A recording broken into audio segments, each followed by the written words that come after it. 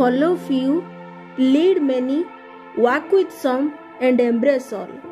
माने कम लोकों को अनुसरण करंतु, अधिक लोकों को नेतृत्व करंतु, अल्पंक सहित रुहंतु एवं समस्तों को आपणे कोलाग्रत करि चलंतु।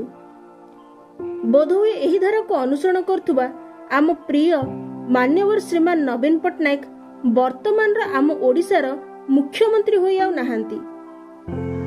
से वर्तमान ओडिशार पूर्वतन मुख्यमंत्री।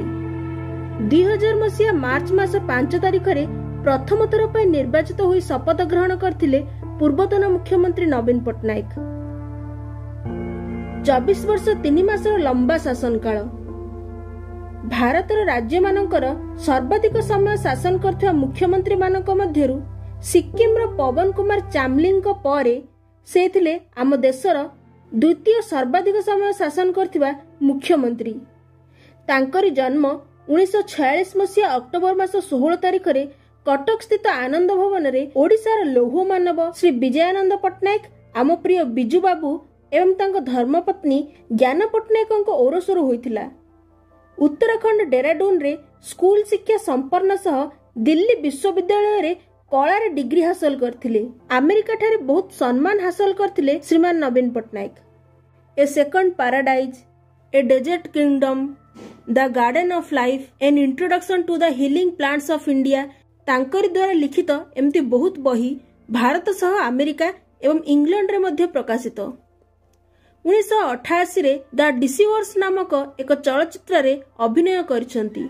ओडिशार कला संस्कृति स्मारक ऐतिह्य प्रेमी मान्यवर नवीन पट्टनायक जड़े सुंदर चित्रकर मध्य। पिता श्री विजयानंद पट्टनायक रॉयल एयरफोर्स रो जड़े सिद्ध पायलट थिले। द्वितीय विश्वयुद्ध रे तांकरी अवदान अतुलनीय। 1961 रु 63 पर्यंत कांग्रेस तरफ मुख्यमंत्री थिले श्री विजयानंद पट्टनायक। तांकर मृत्युर परवर्ती समय रे राजनीति रे पाद थापिथिले नवीन। आस्का लोकसभा आसन रु से प्रथम थर जययुक्त होइथिले। ता सह भारतीय जनता पार्टी बीजेपी रु मंत्री पद रे मध्ये थिले। पर नवीन पट्टनायक ओडिसा रे बीजेडी माने बिजू जनता दल रा गठन करथिले। 2000 मसीहा मार्च 5 तारिख रे बीजेडी तरफ प्रथम थर पय स्वतंत्र भावे मुख्यमंत्री पद रे शपथ ग्रहण कले। प्रत्येक समय ओडिशार राजनीतिर एक चर्चित चेहरा थिले श्रीमान नवीन पट्टनायक। 2004, 2009, 2014 एवं 2019 निर्वाचन रे बहुमत सह विधानसभा एवं लोकसभा आसन विजयी होइथिले।